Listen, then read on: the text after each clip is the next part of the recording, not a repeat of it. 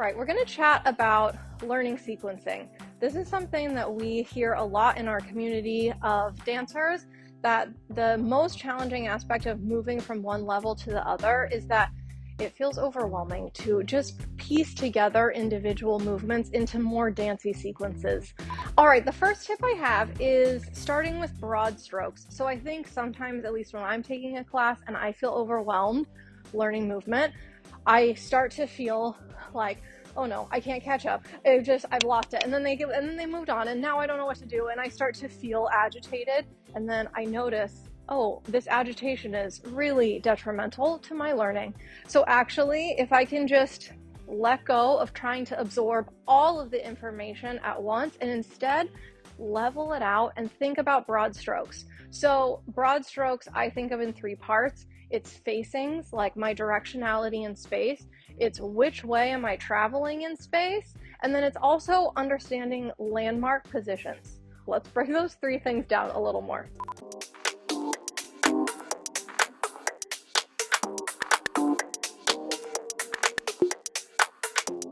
So something like our second slide is a really great way to even just start thinking about this first one, facings. So what I know is I'm starting facing camera and I'm ending facing back. And so that could be enough for your broad stroke. It's just like, okay, I want to absorb that I start facing one direction and I end facing the opposite direction. That's enough to begin with. You don't have to feel like every single little detail within that second slide is the most important thing.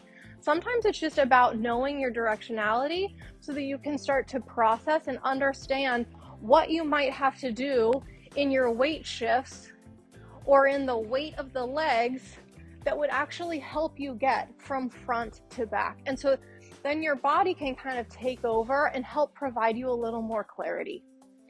The next thing is traveling. So now I know, because I've just watched my teacher travel that way, I know I'm going to travel this way. I'm not traveling on the diagonal. I can see that they're really propelling through space in one direction, and that helps me know and then attach physically to the idea of which direction I'm moving in. The last thing is something I call landmark positions. Again, it's like you know and understand where point A is and point B is, but it's also helpful to think about the shape of the body. And so this would be a landmark position. So it's a hook. That's a hook that's going to come back throughout all of these ground grooves classes and a lot of other floor work in particular. So kind of attaching to this position and knowing that, all right, what I know about this movement is it starts with my foot down and my leg wrapped around the ankle. Okay, I can attach to that.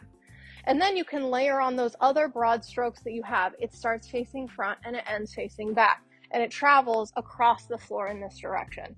And so then you have those three key elements that you can piece together to help you understand and attach to material slightly more quickly.